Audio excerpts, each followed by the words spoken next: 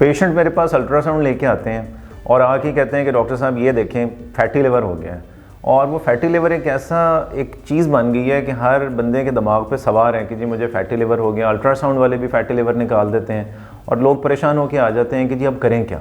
और वो बाज़ औक़ात कहते हैं कि जी हमारा जिगर ख़राब हो रहा है। तो कुछ चीज़ें आपको बतानी ज़रूरी हैं। देखें, फैटी लिवर का होना या ना होना ये आपके हाथ में है।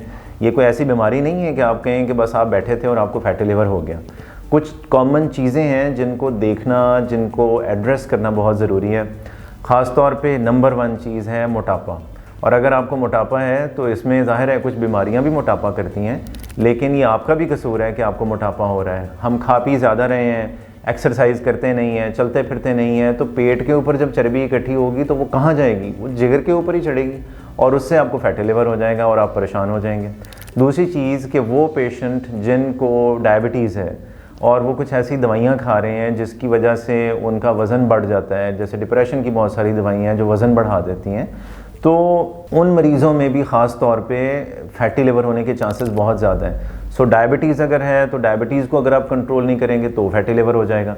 सो मकसद इसका ये नहीं है कि अगर फैटी लिवर हो गया तो जिगर ख़राब हो गया। जिगर ख़राब नहीं हुआ, उस पर चर्बी चढ़ी है।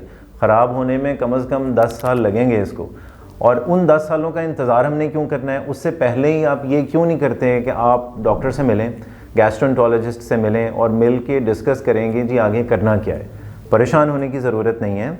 इसकी जो रीज़न्स हैं वही वाली बात है कि जब तक वजह ठीक नहीं होगी तो फैटी लिवर की जो हम दवाइयाँ खा रहे होते हैं, उसके वाइटामिन्स खा रहे हैं, बहुत सारी दवाइयाँ मुख्तलिफ़ नामों से आती हैं, तो उनसे फैटी लिवर ने ठीक नहीं होना। ये ठीक होना है लाइफस्टाइल चेंज करने से।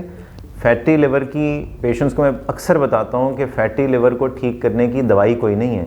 इसका इलाज यही है कि आप वज़न कम करेंगे, लाइफस्टाइल चेंज करेंगे तो फिर काम चलेगा।